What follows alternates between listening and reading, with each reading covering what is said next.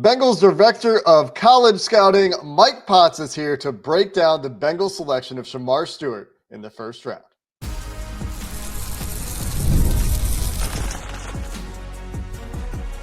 You are Locked On Bengals, your daily Cincinnati Bengals podcast. Part of the Locked On Podcast Network, your team every day. What up, Bengals fans, and welcome to another episode of the Locked On Bengals podcast, part of the Locked On Podcast Network, your team every day. I'm Jake Liscow. He's James Rapien, and we've been covering the Cincinnati Bengals here on Locked On Bengals since 2016. Welcome back to the Everydayers. For those of you who are not Everydayers, you can hit that subscribe button to make sure you don't miss an episode of Locked On Bengals on YouTube or anywhere you get your podcasts. And shout out to all of you who make Locked On Bengals your first listen as well. In today's episode, brought to you by Amazon Fire TV Stick 4K that can turn your TV into an Xbox with no console needed. Check that out at amazon.com/Fire TV Locked On to learn more. We're going to talk to Mike Potts in a first of a two-part episode, two parts of an interview with Mike Potts in two episodes. And we're going to start with a lot of conversation here, James, about Shamar Stewart, and getting into some of the conversation around the process that led to that pick and a little bit on some of the trade opportunities for the Bengals in this draft.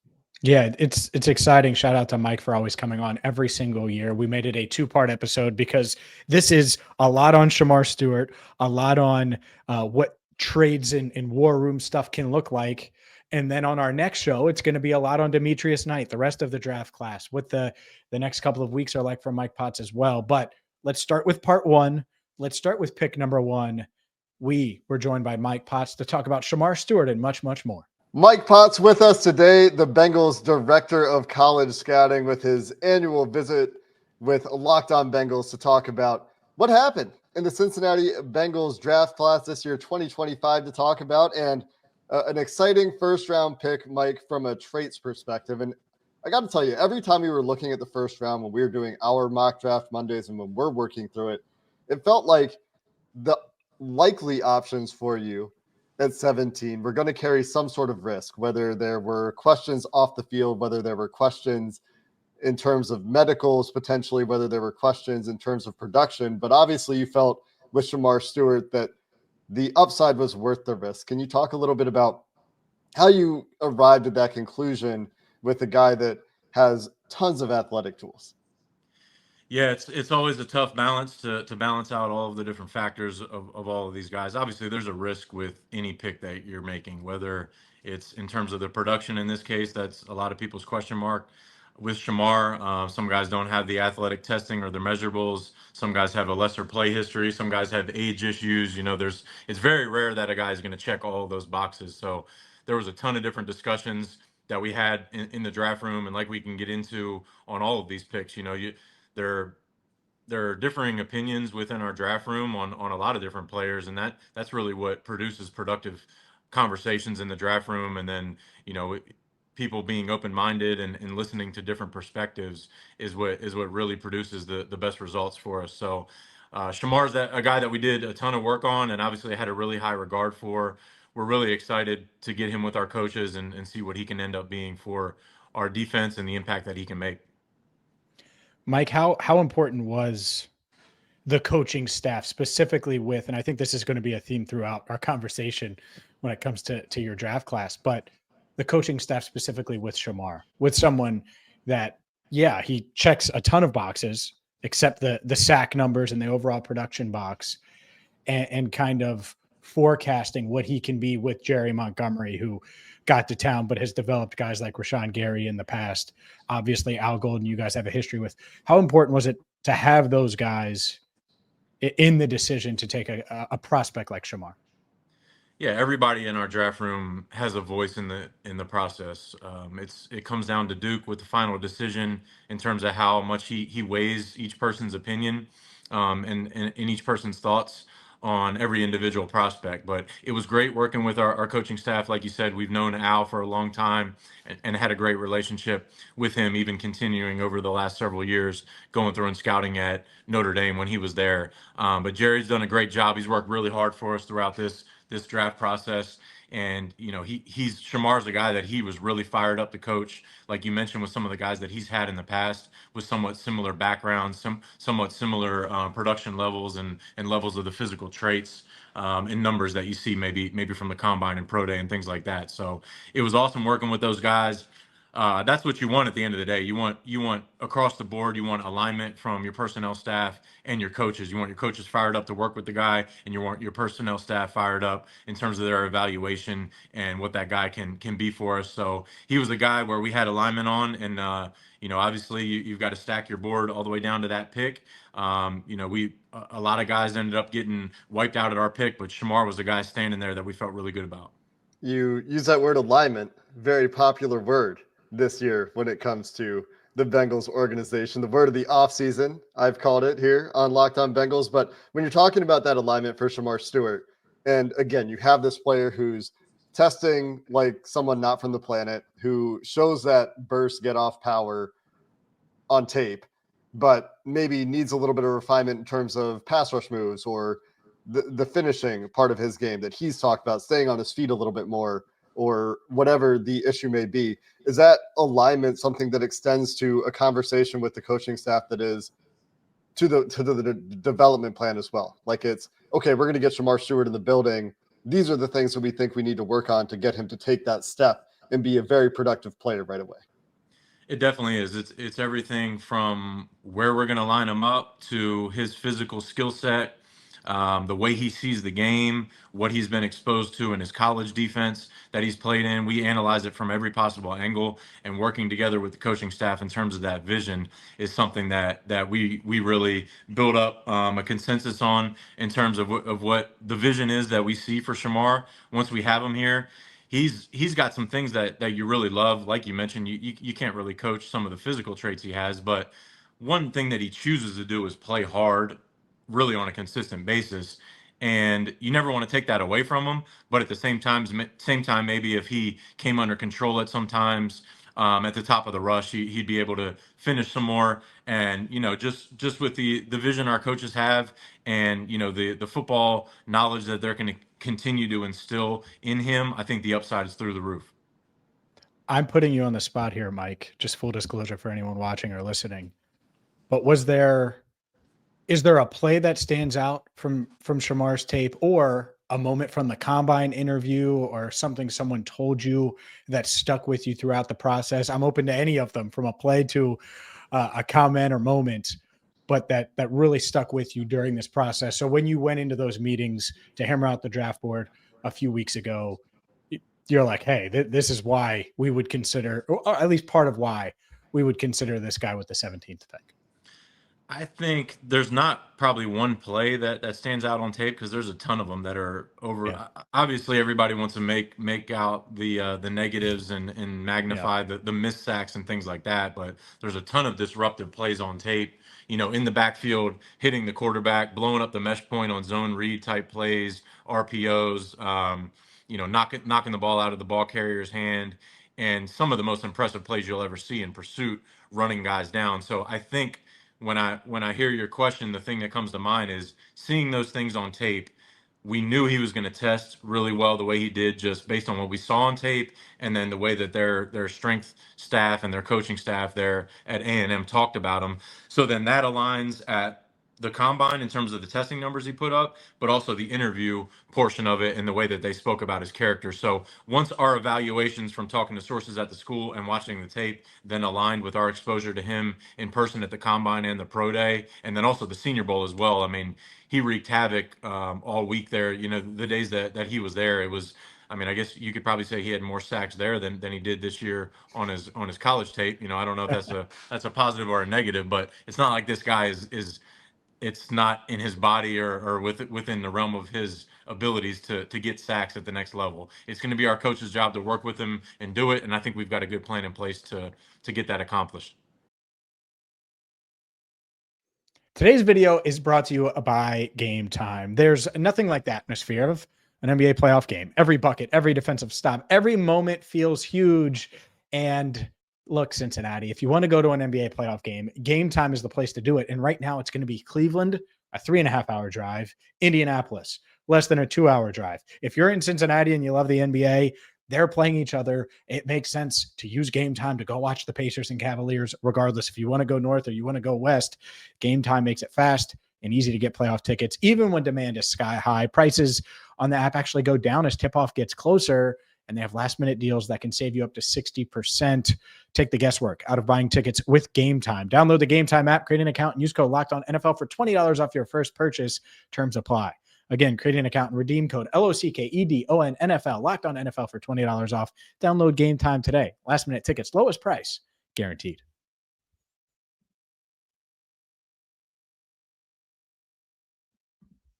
When you hear the traits versus production stuff, you've obviously talked about a bunch of productivity for Shemar Stewart that didn't come in the way of things that are going to show up on the stat sheet in a way that's like a tackle for loss or a sack. He obviously led the team in pressures. We've heard that a lot between the selection and today. How do you evaluate production in a league, in a position like edge rusher, where there's such a long history in the NFL of traits guys turning into traits and production guys in the NFL? Yeah, production's a huge piece of our evaluation. Like you said, production can come in numerous different ways. The disruptive if the disruptiveness was not on tape, if he was missing the sacks and was also not disruptive, he's probably not a guy we would have taken in the first round. But you see the disruptiveness. He's moving the quarterback off his spot. He's running ball carriers down. So you do see that. It's a huge piece of the evaluation for sure. We took other guys in this draft class that are some of the most productive guys at their position. You know, Taj Brooks comes to mind. He's one of the more productive running backs in this draft class for sure. So we absolutely value the production. We wish everything across the board lined up, you know, but not every prospect is going to check every box. And really, I mean, listen, I'm not here to make the case for, you know, the guy being more productive than he was. At the end of the day, the stats are the stats, and he did not finish some of those sacks. So that's something that he's going to need to be better at. I'm not here to oversell Shamar or anybody else as something that they're not. But again, at the end of the day, when we work through the whole process and we see the potential of what he can be in the NFL, that's why our jobs are really hard in the NFL, and there's a lot of pressure. It's the highest level of football in the world, and what we're doing is projecting young men and what they're going to be in the NFL, maybe even more so than what they have done in college, because there's also the other end of it, guys that have been super productive in college that maybe don't have those traits to project to the next level, to be a productive player in the NFL. So there's a lot of different angles to evaluate it from, and you know, ad nauseum we went through all those different scenarios. The last thing I have on Shamar, and it's really similar, Mike, to a question I asked you last year at this time about Amarius, and I'm having deja vu a little bit, but I think especially on Thursday night and into Friday, it was, man, that's such a risky pick because of his lack of production. But now, nearly a week, we're 6 days after you guys took Shamar. I just think with the athletic traits, I met him, I talked to him. It feels like he has an awesome attitude and work ethic. You mentioned he doesn't have the sacks, but it feels like his floor is much higher than a boomer bust guy. Like I don't think the bust potential is high because he is a high character guy and he has all of those traits that you look for. Did you guys view it that way as well? Because I think he can play as a rookie, even if he hasn't figured everything out, because he's such a freak and he has the right mindset. And I don't think he's going to be lazy or anything like that. Is that aligned at all from your guys' point of view?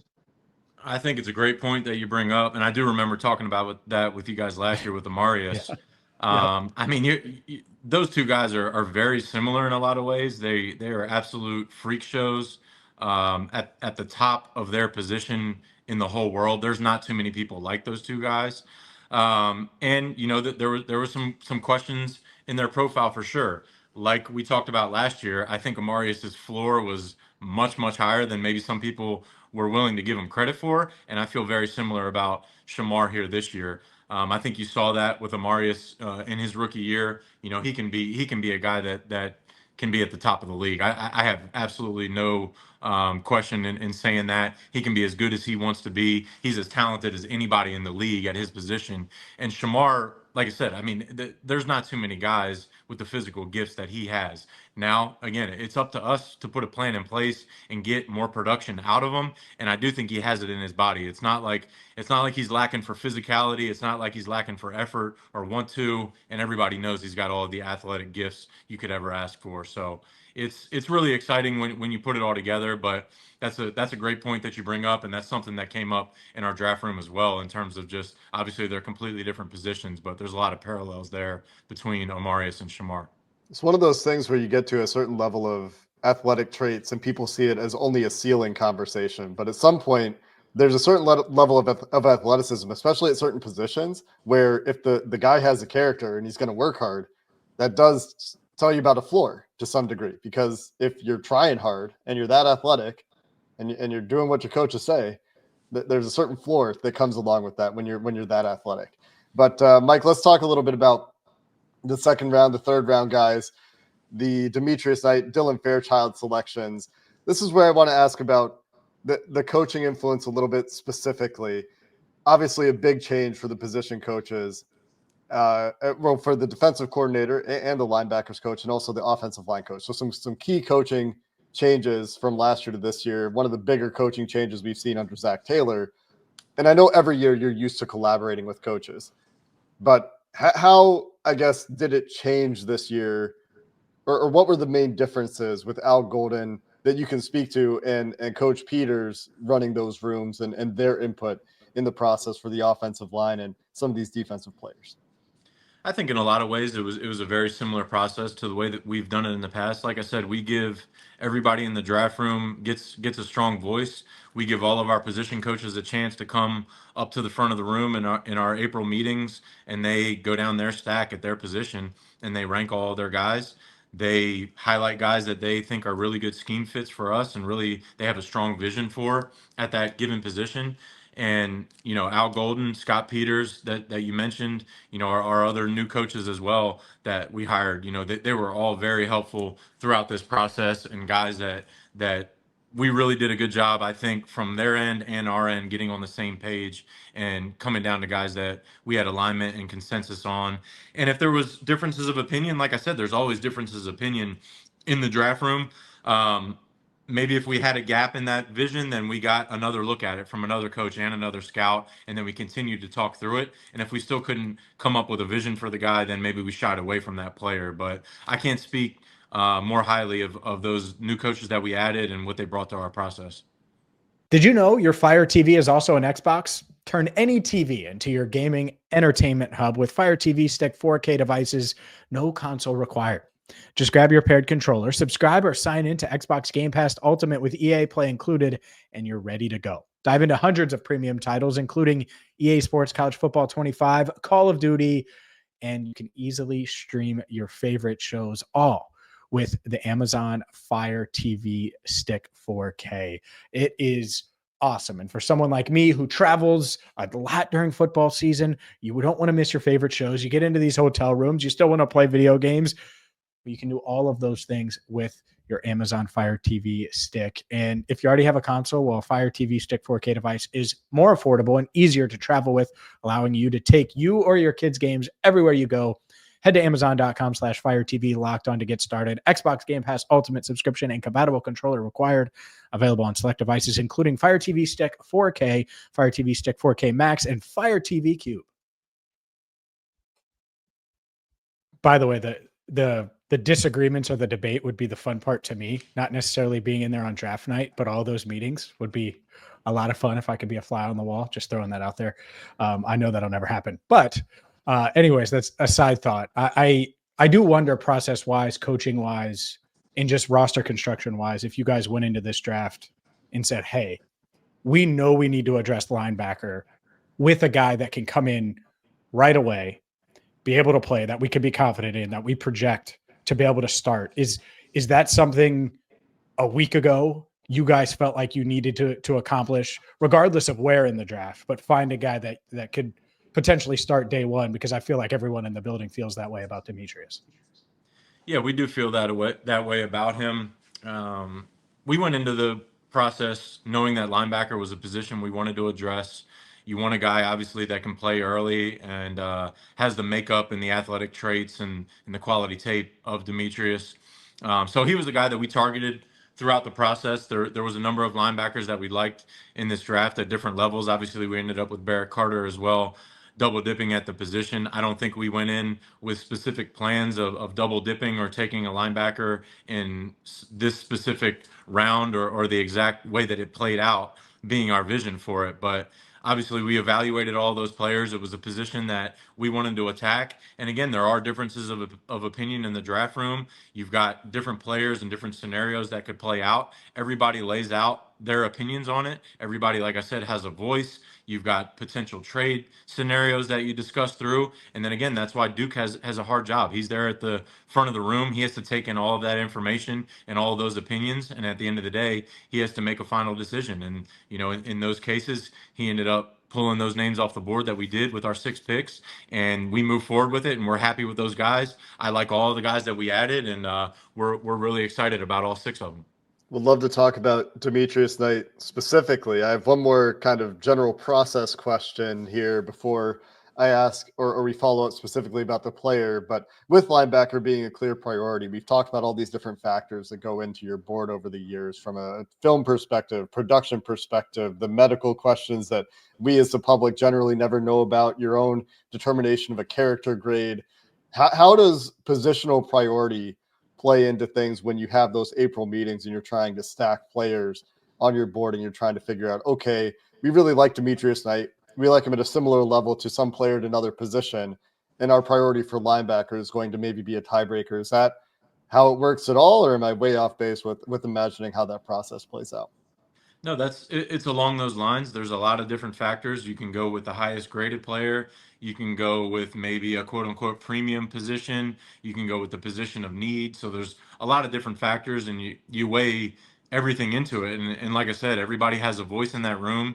Everybody's laying out their opinions. We circle back even till we're, coming up on the clock, maybe 3-4 picks away with our pick coming up. We'll circle back. Okay, these are our 3 guys that we have left here in this order, 1, 2, 3. Let's go back through them. What are your thoughts on them? What are your thoughts on them? Coach, scout, whoever has evaluated these guys, and we go through it and we rehash it and we make sure we feel really good about it when we're on the clock. And then again, like I said, that's our process, and Duke makes that final call. And once we take the guy, we're moving forward with it. We're not second guessing anything or any decision. And those guys are Bengals, and like I said, I think all of these guys that we took are going to have an impact for us. It just remains to be seen how everything will play out. But there's been a lot of work that's gone into all of these guys, and obviously a ton of guys that we didn't end up acquiring as well. But we're just going to have to see how it ends up playing out. And I'm excited to get these guys out here at rookie minicamp next week. This isn't really about a specific round. And I know Jake wants to ask you about Demetrius. So we'll get back to the players, but just in general, if there's trade opportunities and you're hashing out 2 to 3 guys, just to make sure that you have the order the way you want and all of those things, plus insert team calls. And now you're thinking of, all right, well, should we do this? Should we not? Obviously, you mentioned it. Duke makes the final call, but how hectic is that 7 minutes? Because it might not come when you're first on the clock. You may get the trade call with 7 minutes on the clock. How hectic is that time? It's maybe not quite as hectic as you would think, because our staff does a great job reaching out to every possible team in the league that we could sketch out a potential hypothetical trade with, in terms of knowing what the compensation would be. Say in this case, we're looking to move back. Another team is targeting a specific player. Hey, if our guy is there, this is what the compensation would be. If he falls to your pick there, this is what we would be willing to give up. We maybe negotiate back and forth of, okay, this is, we reach an agreement to where we find some middle ground that both ends would be comfortable at. So there's a lot of those deals that are potentially sketched out in advance of being on the clock. Then when you're on the clock, maybe last minute, maybe you get a call or 2 while you're on there. But to answer your question, a lot of those calls and potential trades are sketched out in advance of being actually on the clock. So it's not quite as hectic as you might think it would be. And then at the end of the day, once you see the pick come off the board right before your selection, then you're on the clock. You may wait a minute or two, see if you get a last minute phone call. And at the end of the day, we just have to make a decision on whether do we want to take that trade, and is this the player that we feel good about taking and we don't want to move off of, or are we open to moving back or moving out of that selection. That reminds me of one other question about trades. Do you believe, as I think I've seen reported or speculated on by those in the media, do you believe at this point everybody's using essentially the same trade value chart? And I've heard there's a new trade value chart sometime in the last like 15 years. And would you say that all teams are kind of on the same page for how each pick is valued for the formula? I would say no. I would say every team does not use the same chart. There are Okay. multiple charts out there. There's multiple charts that we look at, and then we combine those charts that we use. And our team has done great work on research in terms of teams, GMs, what charts they are most likely using.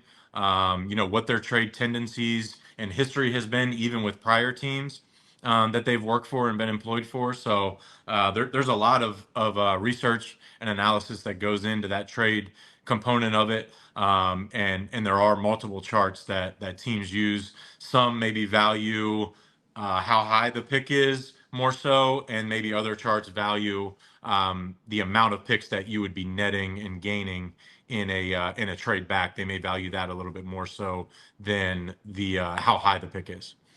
There's part one of our discussion with Mike Potts, finishing up on some very interesting, maybe only to me, hopefully to you, conversation about how the NFL on the whole approaches trading on draft day and the various trade charts out there. Honestly surprised by that answer, James. But in part two, we get into the rest of the Bengals draft. We only really got to one player in great depth in this episode. So we'll talk Demetrius Knight, Dylan Fairchild, Jalen Rivers, Taj Brooks, and the rest of the Bengals draft class in our next episode with Mike Potts. So make sure you don't miss that one. That'll be up on YouTube and anywhere you get your podcast tomorrow.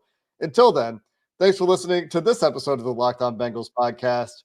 Hoo day, and have a good one.